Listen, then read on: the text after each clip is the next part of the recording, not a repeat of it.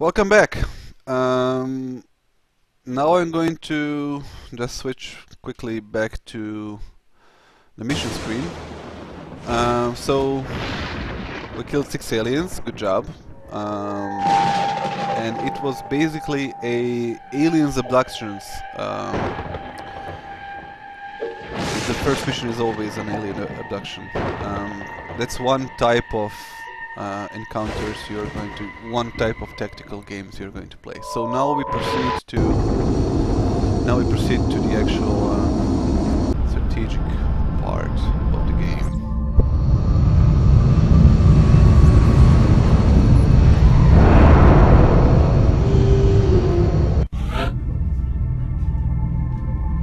Welcome to XCOM HQ, Commander. I'm Central Officer Bradford. My role in this project is twofold: providing tactical support for our field operations, and keeping you briefed on the current situation. My efforts should allow you to focus on the bigger issues at hand. Speaking of which, we have a soldier waiting for a promotion in the barracks. I'll let you get to it.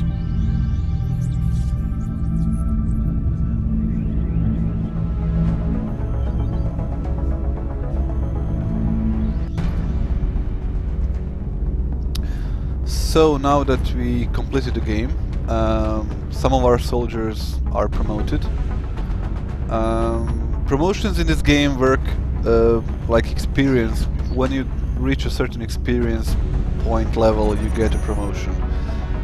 You get promotions or experience points exclusively from Commander killing to the aliens. research labs. Okay. Commander to the research labs. You get promotions exclusively, experience exclusively from killing aliens. So the more aliens a certain unit kills, the more promotions it's going to get.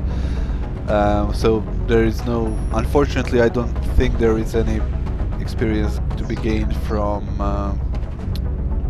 healing, for example, and stuff like that. That's Commander one. to the research labs. Yes, Commander okay. to the research so now labs. I got 3 classes to promote. 3 units are all of different class. One is heavy, one is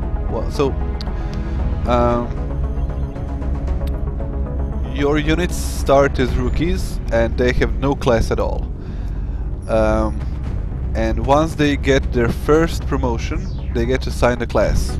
The 4 classes are assault, sniper, heavy, and Commander support. to the research labs. Commander to the research up. labs. Okay, let me explain it later. And then The heavy weapons specialist provides a crucial service to the squad. With the rocket launcher I'll in explain tow, this later because there I are have to call the demolitions research labs experts. all the time. Just like it sounds, the As support class you can provides see, that if you intangible get, if edge your our unit squads gets damaged, need. They make it everyone can around them be better. The damaged assault from class anything serves from as our front line. light wounds They're to the first grave ones wounds. into a fight, In this and case, the last this guy ones is out. going to be out of commission for 18 days. So that's a lot. The recovered artifacts are being unloaded and the research team is waiting your orders. We'll get started as soon as you give the order, Commander. After every mission, tactical mission, you're going to collect... anyway, after every mission, I forgot to turn the screen on, you're going to collect certain artifacts from the mission. So for example, in this case, you got weapon fragments. Commander to the research labs. Commander to the research Jesus labs. Christ. You got weapon fragments, alien materials, and six corpses, and 6 weapon fragments in this case. And you can research alien materials and xenobiology because you did some stuff. Anyway, I'm going to quickly jump to the research and the engineering. There we go. Finally, so this is your base. It's underground somewhere where you chose to be. In our case, North Commander to America. mission control. Commander to mission Okay. control. Now, finally. Anyway. So, 2 parts of the game. Tactical, strategical. And both parts are again split into 2 different segments of this game. The first one is in which you begin with. You are being... Earth is being invaded. Just let me reduce the sound a bit. Master volume. There we go. Earth is being attacked by an alien force, and you are fighting a losing battle. In the first half of the game, you're basically trying to prevent Earth from being dominated by aliens. And in the second part, once you get over the hump, you are trying to bring the fight to them. So in the first part is the desperation part, where you will lose soldiers, lose countries, or try not to lose countries, try not to lose soldiers, maniacally research alien artifacts, try to figure out what they do, how they can be used in the fight against aliens, build your base up, manufacture items which will help you in the fight against them. And in the second part, and in the first part also, prevent global panic from happening, and then in the second part you will basically try to deal as much damage as quickly as possible to the alien invasion force, and bring the fight to them and finish the game. So the second part is much easier than the first one, and the first one needs to be timed very precisely in what you do, because from the first part, how well you deal with the first part is dependent on how the second part will be easier for you. Many people on the forums, especially on the official 2K forums, asked what the hell, why only 5-6 units, and why just one base, while funding, why this, why that, why not a global war with all attack aliens? Well, from my perspective, my opinion, if you ever watched Stargate 1, which is a little bit campy, but it has a really good point if you watch the later seasons, in that the current political situation is so complicated in the world that I don't think any country or pact in the world would be able to unite coherently against an enemy like this. So what they did in turn is that they created a secret project financed by all the important countries in the world, which is secret, and it has a limited crew, just like in Stargate 1. You can have up to 6 units in combat, and hundreds of support personnel like engineers, scientists, pilots, and so on. So basically it's, you know, the old saying, either it's a job for one soldier or a whole legion or a whole brigade. So in this case they are trying to do it with as few people as possible and still have the same effect as mobilizing the whole world and just trying to kill the aliens. So the strategic part, let me get back to the game, breaks down to, at least in the start, you have research, you have engineering, you have your soldiers and their equipment, and you have hangar, which hosts your interceptor aircraft, and you have mission control, and later you have a situation room. So these are the basic functions of your base. So let me go first to research. I realize our troops have to put their own survival first, but every alien we use explosives against is one less opportunity to recover new artifacts. Yes, Dr. Valen, I understand. So, as you kill aliens, as you capture them alive eventually, as you shoot down alien UFOs, as you know, attack landed UFOs, you're going to haul back equipment and corpses and live aliens into your base. And once you do that, you can research them, you can interrogate live aliens, you can perform autopsies on dead ones, you can research their everything that they bring to the war. You can research basically flight computers, materials, and so on. And all of these have all this research is basically dependent on two things. One, if you have the prerequisite materials for the research. For example, for xenobiology, you need 4 sectoid corpses, which are consumed in the process. And the second one is that you need time to research. So in this case, you need 8 days, 8 in-game strategic days to research them, to research xenobiology in this case. And you will see after this that some researches are taking longer, some are shorter, some have different requirements. For example, for weapon fragments you need to have 5 weapon fragments. For researching alien materials you need 5 weapon fragments as well. So I'm going to choose xenobiology first. I agree, that does seem to be the most pressing of our current research options. We'll begin immediately. I will notify you when a complete report is available. Once you research something, you can build it. And from the same materials you capture from aliens and alien ships. Some equipment is available immediately, like the medikit. It also has two requirements. It requires for you to have 5 engineers, and their number can be seen down here. And it costs 25 simoleons to build. You can also build satellites, which cost 100 simoleons, and you need to have 5 engineers to build it.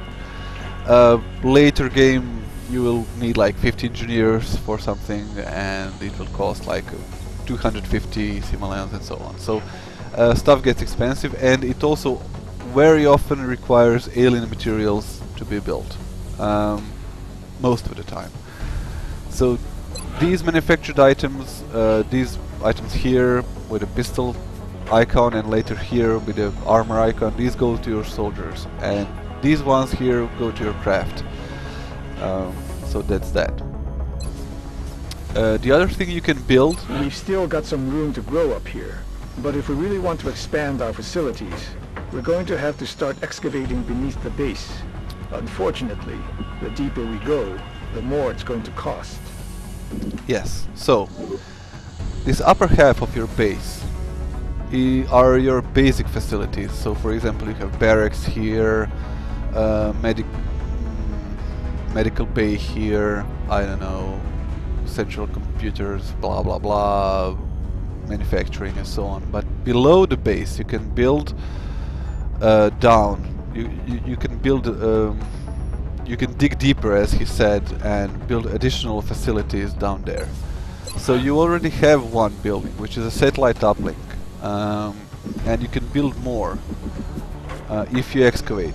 For example, there are some empty slots right here, so there are some like caves, I guess, which can be used immediately without need to excavate them, but you need to excavate, and you need to build access lifts to go deeper and so on. So the deeper you go, the more expensive it gets, and you need to build facilities. And this is a mini game in itself, so let me get back to this. So this is a mini game.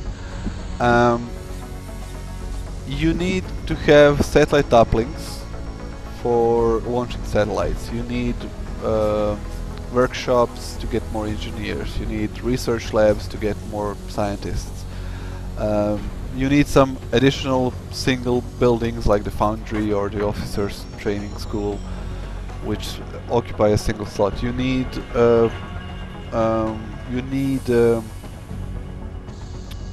power generators to power all these other facilities. And the trick is that the most critical of these buildings, like the satellite uplink or the research lab, the workshops and power generators, work best if they're adjacent to each other.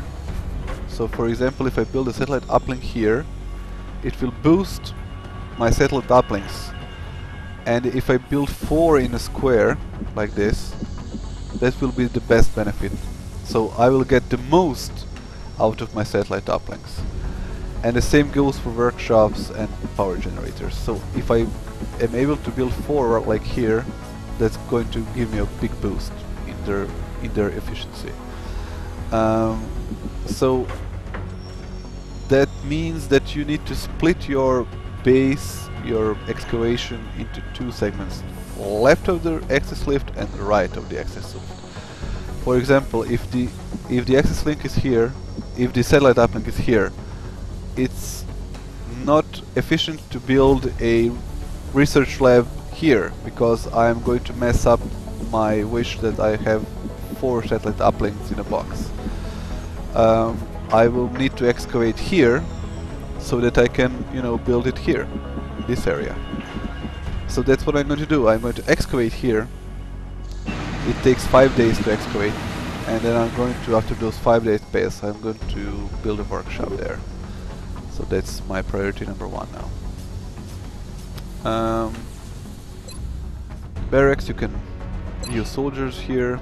I have 1 which is gravely wounded, I have 1 heavy unit, 1 support, and all the rest are rookies. You start with some units, but you can hire more if you wish. You can have up to 99 soldiers. And I have the hangar. The hangar is used for interceptors, and you also have your how is it called? I forgot. Never mind, I'll get back to that. So my Ravens or my interceptors are housed in North America, and they're both ready, and I can transfer them to other continents if need be, or I can equip with them. When selecting a specific jet within the hangar, you can choose to modify its current weapon loadout to best serve our needs. Yes, so I have an infinite supply of avalanche missiles, and I can see their stats right here. So this is the best that Earth technology can offer me right now in the fight against aliens. So what are interceptors for? Well, they intercept alien craft if you can detect the alien craft, and I would like to get to that right now, but I cannot access the situation room just of yet, so I'll do that as I go. This is the final one for now. This is the globe, and as you can see, it's 1st of March 2015, and this is the whole globe. And as you press scan for activity, it will speed up time, and stuff will start happening. Aliens will attack, UFOs will be sighted, you can shoot down UFOs then, or, you know, perform additional missions. Research will be done in 8 days, or there is a council report every month. At the end of every month there's a council report in which you need to prove that you did great that month or less great. Anyway, buildings will be built, soldiers will be healed, excavations will be done. So you need to monitor all for all those things, which will be displayed in this corner right here. So since I cannot access the situation room as of yet, I'll just click on scan for activity and pray for the best. There we go. Days pass. Excavation complete. Excavation complete, and now I can view my abduction sites, and I'm going to ignore them for now and bring back to the base view. So first I need to... the excavation is done. Now I need to build something here, and what I want to build... actually I won't build it yet. What I want to build is a... never mind. A workshop, which I cannot build yet for some reason. I don't know why. Probably because I didn't do my first mission yet, Terra mission. Okay, so at this point, March 7th, the aliens decided to do 3 simultaneous terror missions on the globe. And this is how things start happening. So they will choose... this is the first part of the game where I said that you're fighting a losing battle. They are going to try every month, several times, to attack countries, perform abductions, and you can choose only one of these to complete. In the one you complete, you are going to see a reduction, or the panic is not going to go up. not just in that country, but on that whole continent. But on the other hand, in the countries and continents you chose to ignore, panic will go up. And I cannot still get to the damn situation room, so I cannot fully explain what that means. So I will now... The first mission, as you can see, missions, terror missions, abduction missions have difficulty level, difficult, moderate. But they also bring certain benefits, rewards if you do them. So for example, if you do the Argentina one, it will reward you if successful with 200 simoleons. Nigeria will provide you with 4 engineers, and India will provide you with 4 scientists. Now for the start of the game, almost always you want to choose the 4 engineers first. This is because certain buildings and items you want to build require a certain amount of engineers for you to have, and engineers are very difficult to come by. The most important building you need engineers for in the first half of the game are satellite uplinks, because satellite uplinks enable you to launch satellites. And satellites, which I still cannot show you because the situation room is closed, are preventing aliens in those countries from performing abductions. So yes, the first half of the game revolves around covering the whole Earth in a special type of satellite, obviously, which detects alien craft, and thus almost completely eliminating abduction sites. Abduction missions, and in turn that means that you will... Never mind, I'll get back to that in the damn situation room because it's so difficult to explain this. Okay, so I'm going to go with Nigeria, and I'm going to confirm, and this is my first real